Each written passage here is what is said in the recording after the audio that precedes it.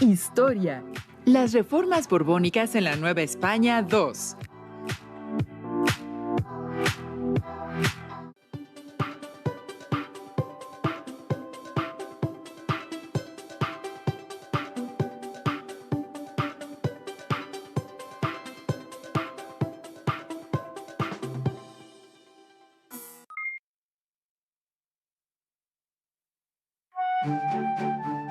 Estudiantes de secundaria de tercer grado, es un gusto saludarles.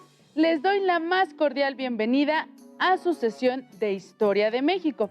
Soy la maestra Mercedes Mejía Ángeles y el día de hoy continuaremos con la interesante aventura por la época del virreinato. Revisaremos lo sucedido en Nueva España en el ámbito económico con la aplicación de las reformas borbónicas. Por ello, solicito su atención, además que tengan a la mano bolígrafos y cuaderno por si requieren hacer anotaciones y su libro de historia para complementar lo que vamos a aprender el día de hoy. En otro asunto, recuerden que nuestro país y el mundo en general atraviesa por una crisis sanitaria ocasionada por el COVID-19. Por ello, es importante que nos cuidemos y practiquemos todos los días las medidas sanitarias, como el constante lavado de manos con agua y jabón por 20 segundos. Si es necesario salir de casa, por favor, utilicen cubrebocas sobre nariz y boca y sobre todo, mantengan un distanciamiento social de al menos 1,5 metros. Bien, si ya están listas y listos, conozcamos el propósito de la sesión, que es explicar las consecuencias económicas de las reformas borbónicas de España en Nueva España. Como recordarán, la economía de Nueva España se sostenía por las actividades correspondientes a la ganadería, la minería, el comercio y la agricultura, y que estas actividades, sobre todo el comercio, era regulado por el Consulado Comercial de la Ciudad de México. Esta institución estaba integrada por los comerciantes más importantes de Nueva España y tenían el monopolio de los productos de importación y de exportación más suntuosos y exclusivos, así como de los bienes de consumo interno indispensables como el tabaco. Relacionado con el tema de hoy, en nuestra sección Leer para Conocer, les compartiré la lectura El tabaco en la Nueva España, de Flor Muñoz López. El estanco del tabaco. Este monopolio fue puesto en marcha por el visitador José de Gálvez, quien inició restringiendo la amplia zona de cultivo a unos cuantos sitios: Córdoba, Orizaba, Huatusco y Zongolica. Toda la cosecha sería vendida exclusivamente a la administración de la renta del tabaco al precio que ésta fijara. Tal limitación provocó una serie de reacciones violentas por parte de cultivadores y cosechadores en las zonas donde quedó prohibida la siembra, pero también de los fabricantes autorizados, porque se estableció el control de precios. Los fabricantes de puros y cigarros se vieron afectados, ya que solo podían comprar la materia prima en la renta del tabaco al precio que ella señalara, pero al menos tenían la posibilidad de elaborarlo y venderlo por su cuenta. Más tarde, el visitador Gálvez dispuso la monopolización de la fabricación y comercialización al establecer en 1769 la Real Fábrica de Puros y Cigarros de México, y se crearon las de Puebla, Querétaro, Oaxaca, Orizaba y Guadalajara. En dichos establecimientos, manejados también por la renta del tabaco, se dispuso elaborar todos los puros y cigarros del país, por lo cual, desde 1766 no se otorgaron más permisos a fábricas o talleres particulares. Los estanquillos serán los únicos lugares autorizados para su venta. La aplicación de esta nueva medida afectó la economía de todos aquellos sectores sociales que obtenían sus ingresos de esta actividad y pronto talleres y tiendas se vieron obligados a cerrar ante la imposibilidad de obtener el material necesario.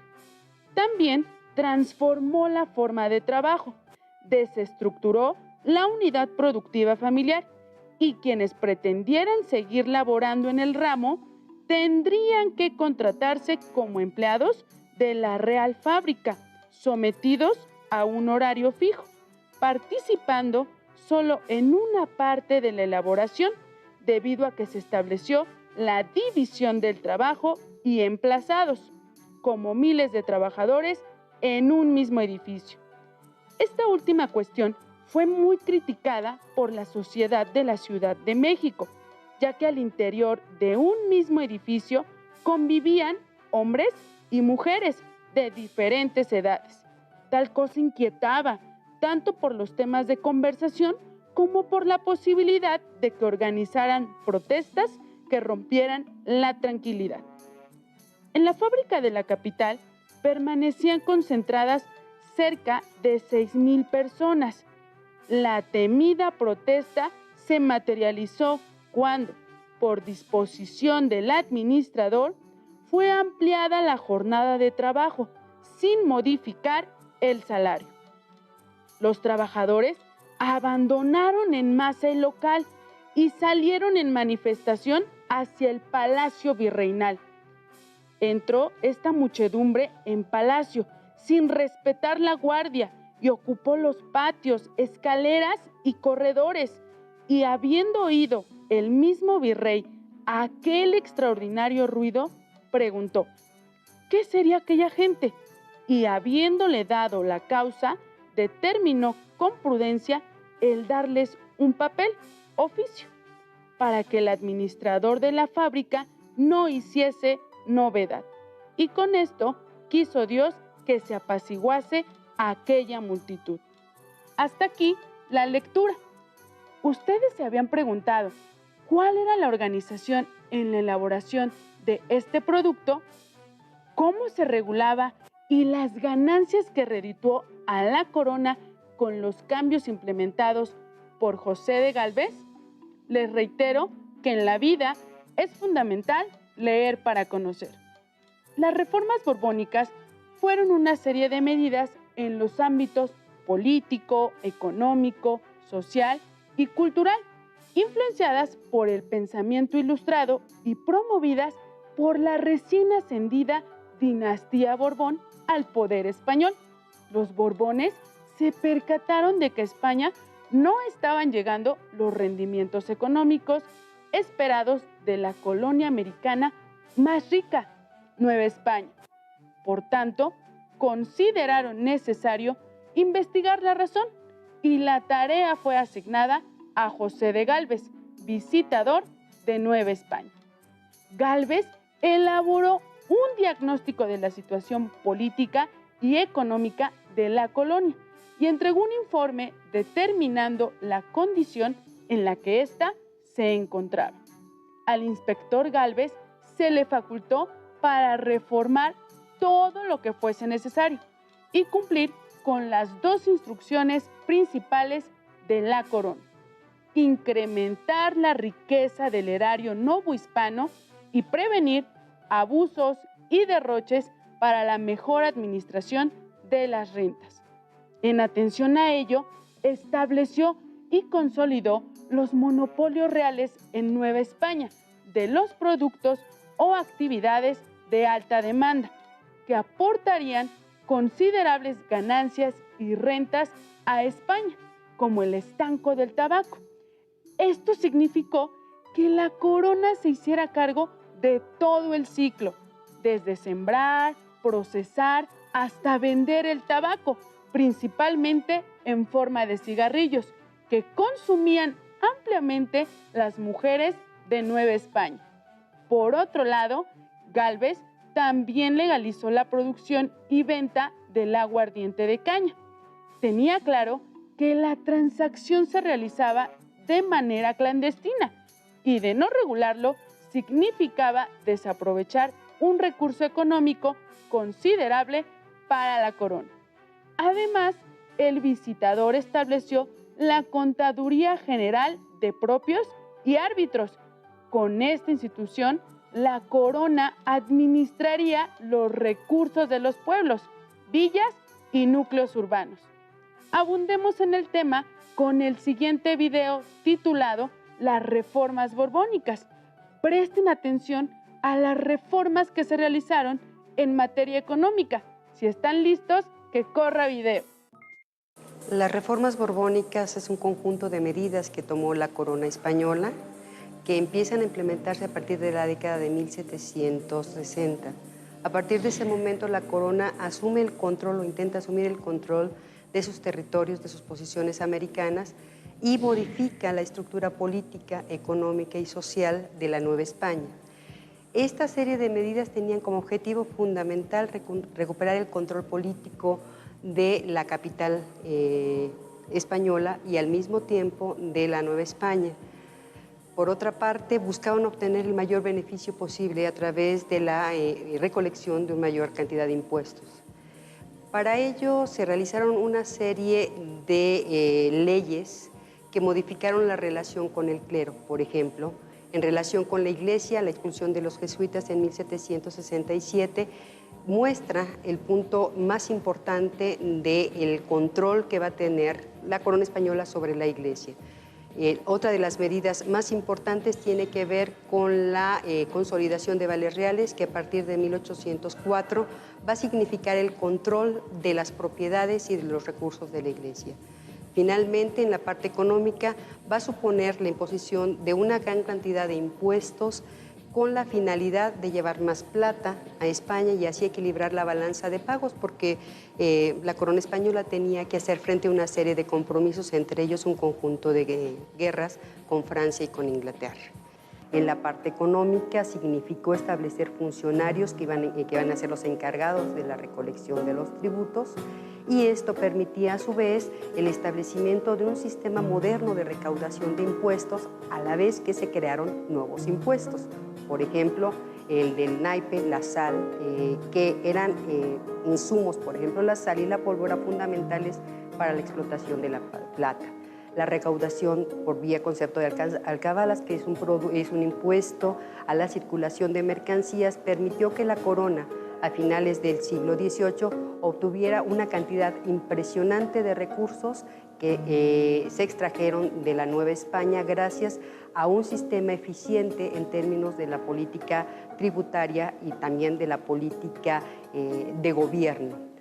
La implementación de las reformas borbónicas provocó el descontento de varios sectores de la sociedad novohispana, entre ellos el de los comerciantes.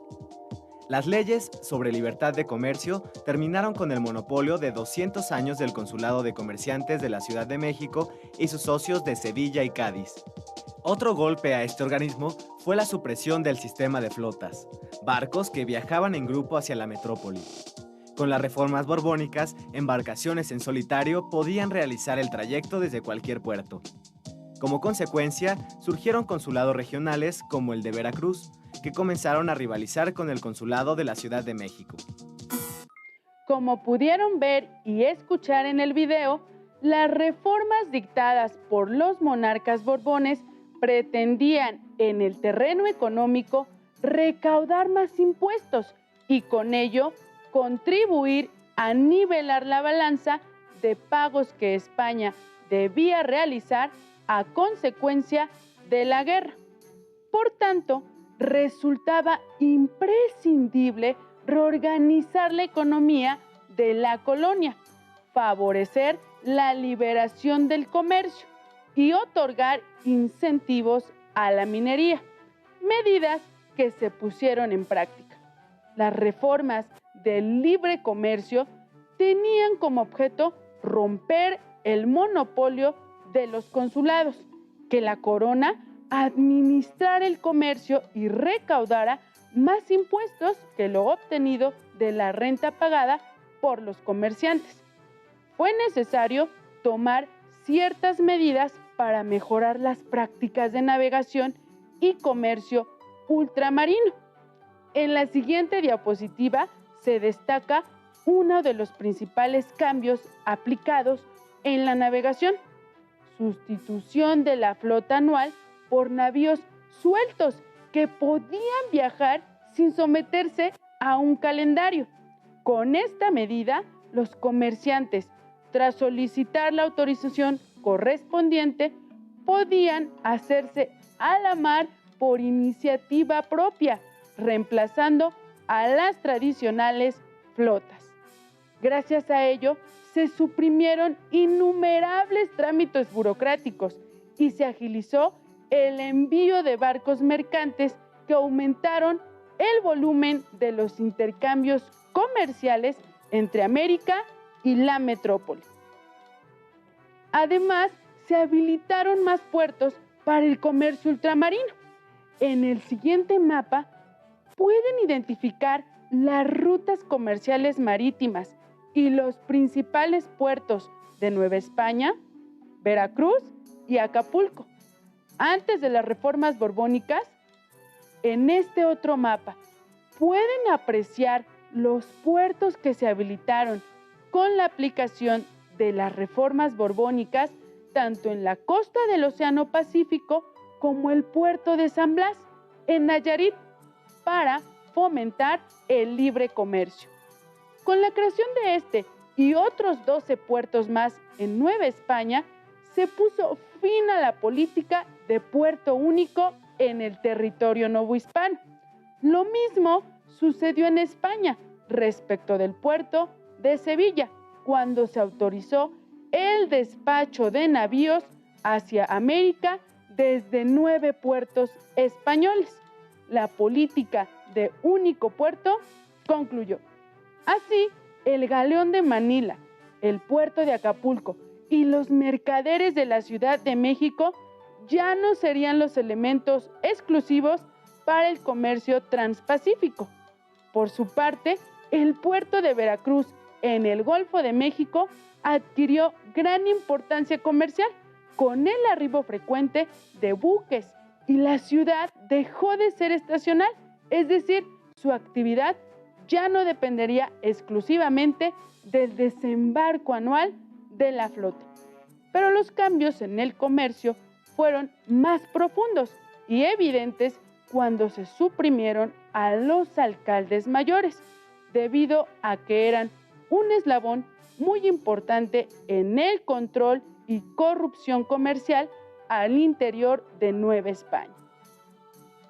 Las transformaciones se dieron también en las funciones y organización del Consulado de Comerciantes de la Ciudad de México.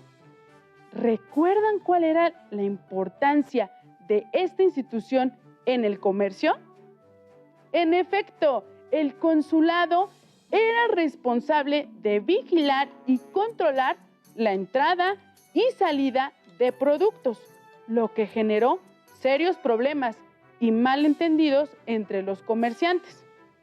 Para solucionarlos, se crearon otros consulados, como el de Veracruz, Guadalajara o Puebla. Con ello, el Consulado de Comerciantes de la Ciudad de México dejó de ser el único centro del comercio ultramarino. El comercio no fue el único sector que se transformó con las reformas borbónicas. También en la minería hubo modificaciones. La política de los monarcas borbones buscó impulsar el desarrollo de la minería con el propósito de incrementar la producción de plata. De esta manera, las principales medidas que se aplicaron en apoyo a los mineros las podemos apreciar en el siguiente esquema. Disminución a la mitad del precio del azogue o mercurio, material indispensable en la extracción de plata. Mejor distribución del azogue para la producción de la plata. Organización del gremio de los mineros en el Tribunal de Minería. Creación de la Real Escuela de Minería para la formación de los jóvenes en el arte metalúrgico. El apoyo que los Borbones concedieron a la minería y a los mineros es comprensible si recordamos que el objetivo central de sus reformas era hacer más dependiente a la colonia y extraer de ella más riquezas. Así, a cambio de asegurar una corriente continua de plata novohispana hacia la metrópoli, los Borbones otorgaron a los mineros los privilegios que a otros les quitaban. Por lo anterior, la aplicación de estas reformas provocó malestar en los sectores sociales que se sintieron afectados, pero el rey Carlos III, impulsor de las modificaciones, no dio marcha atrás, pues pretendía la modernización de la sociedad para incrementar la recaudación económica. Otras consecuencias de la aplicación de las reformas son las siguientes: disminución del poder económico de la Iglesia. Por tanto, se suspendió la fundación de nuevos conventos en América. Poco más tarde, en 1734, se mandó que las órdenes religiosas no admitieran más novicios por un periodo de 10 años. Además, se les prohibió su intervención en la redacción de testamentos. El control de los juegos de azar, las ferias y las peleas de gallo fue otro tema de interés para la corona borbónica. En este sentido, Teresa Lozano Armendáriz, en Los Juegos de Azar, una pasión novohispana, refiere que a partir de mediados del siglo XVIII aparece un gran número de reales cédulas, autos acordados, decretos pastorales, edictos de la Inquisición que tratan de remediar este grave problema. Entre los excesos que se debían combatir estaban los bailes lascivos, las embriagueces públicas, las riñas en las pulquerías y tabernas, los desórdenes en el teatro y en las diversiones callejeras, los juegos de azar. Las medidas tomadas para contrarrestar estas situaciones en Nueva España fueron estipuladas en reglamentos para ordenar y controlar las diversiones y fiestas, pero no prohibirlas, puesto que significaban recursos para la corona. El teatro, los toros, las comedias y otras diversiones públicas fueron reglamentadas con reformas urbanas en la capital novohispana. Por otra parte, se dictaron medidas para controlar las manifestaciones populares durante las procesiones, en los paseos, las tertulias, los cafés, las pulquerías, entre otros. En síntesis, las consecuencias de la aplicación de las reformas borbónicas en Nueva España en el ámbito económico son, por un lado, el debilitamiento de instituciones y autoridades novohispanas encargadas de la administración comercial y, por otro lado, la concentración del poder en las autoridades enviadas por la corona, el impulso al libre comercio, el incremento en la producción de la plata y la mayor recaudación de impuestos y el envío a la metrópoli. Les recuerdo que en esta última sesión el reto es elaborar la última parte de la historieta correspondiente a las consecuencias económicas de las reformas borbónicas implementadas en Nueva España, a través de las vivencias del personaje de su preferencia. Puede ser un comerciante, minero, obispo. Empleen los recursos característicos de este medio de comunicación. Pueden apoyarse en tu libro de texto de Historia de México de tercer grado o bien consultar su versión electrónica en www.conalitec.gov.mx. Por hoy hemos concluido, pero aún nos queda mucho por conocer y aprender de la historia de nuestro país. Así que nos vemos pronto aquí en Aprende en Casa 2. Hasta la próxima.